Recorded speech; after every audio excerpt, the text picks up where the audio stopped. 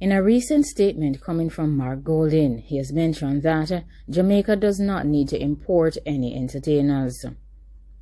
People's National Party's presidential candidate Mark Golding has made a statement on the issue of foreign entertainers performing in the tourism sector. According to Mark, this threatens to erode the jobs of locals.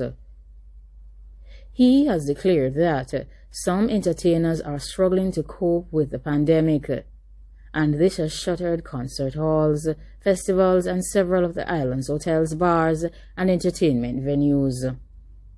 The issue of foreigners displacing Jamaicans has been a very controversial point, specifically within the last 10 years, wherein dancers, singers, instrumentalists, and even synchronized swimmers are imported from countries such as the Dominican Republic and Cuba to work in Jamaica's hotels. Mark Golding has stated that he is denouncing the need for these. In his statement, Mark Golding mentioned that Jamaicans can provide very compelling and exciting entertainment packages locally. They really need to reconsider allowing foreign entertainers to be the ones providing entertainment in terms of services to our hotels. Following the pandemic, Golding is suggesting that there needs to be entertainment zones that showcase dynamic nightlife around live entertainment while providing an avenue for persons to perform. Golding further went on to note that Jamaica needs to sponsor college radio programs so that prospective visitors from the United States and Europe's source markets can hear more of the contemporary music as well as older Jamaican music and continue to develop their love and passion for Jamaican music. In March, just a few weeks after the pandemic started, all musicians and creatives who were outside the remit of the Jamaican Federation of Musicians and Affiliates Union were urged to join the organization as it strengthened its collective voice for growth and support of their industries. Expressing concerns, the group has mentioned that their goal was to seek a partnership with the hotel industry and other entities to discuss strategies to provide immediate relief to its members who were the most vulnerable.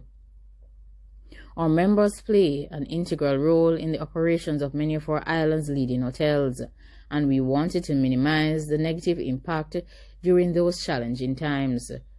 Golding further went on to state that there is a need to strengthen the linkages between the wider economy and tourism. He also pointed out that a critical area was around craft. The craft industry needs to be given greater support so that there is more diversity in their traditional product offerings and that they can have an opportunity to sell into the tourist resorts. The members of the craft industry has come under criticism over the years of lack of creativity and differentiation of their products. However, Golding has mentioned that generally the creative industries need to be supported and their linkages to the tourism industry needs to be enhanced. Earlier this year, the Musicians Union had called for a ban on overseas performers in the tourism sector when it reopened. Jamaica at the time was preparing to welcome tourists to its shores in June. The Jamaica Federation of Musicians and Affiliates Union urged the government to place a ban on foreign performers who operate in the tourism sector. According to the President Karen Smith, Jamaica was starting to reopen its borders to foreigners and ease restrictions that were put in place to flatten the curve of the pandemic. The entertainment and creative sectors were left in the process of trying to figure out how to get back to work. The President noted that the entertainment industry came to a total standstill in March 2020, forcing creatives to turn to virtual platforms to showcase their products with little return for their efforts.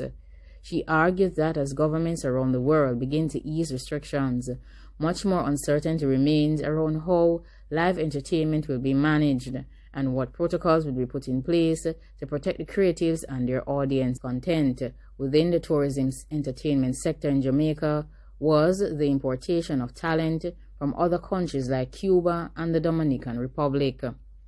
For almost 10 years, local dance groups, variety acts, singers, and bands have been shut out of employment, replaced by foreigners with work permits for large entertainment companies and Spanish hotels.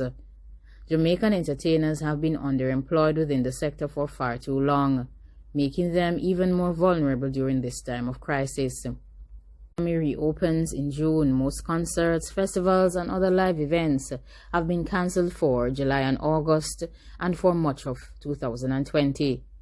She mentioned that this has had a devastating effect on musicians who depend on summer concert and festivals, both locally and internationally. The expectation coming from the union in regards to the entertainment industry within tourism was that they would have been anticipating more participation from local performers on the hotel stages. There was never full employment in this area, and so there must be no more work permits granted for overseas talents, as there are Jamaicans here who can do the job. What happens to local community cultural groups and Jamaican dance groups who cannot find work? The JCDC and other organizations develop talents that will struggle to find a place on a local stage to earn any living. Instead, dancers are scooped up in batches and brought to Jamaica to work 6 nights a week. The union believes that Jamaican talent must be the first point of contact to satisfy market demand, and that the sector is currently underemployed. The president further argued that as the cruise shipping industry faces recovery challenges, all the musicians, dancers, and other creatives on board are now out of work, competing for the already diminished jobs available within the tourism sector in Jamaica. The union had mentioned at the time that they would be seeking the support from Prime Minister Holness to intervene where entertainment work permits requests were made, and that they will be appointing a watchdog committee to monitor these instances.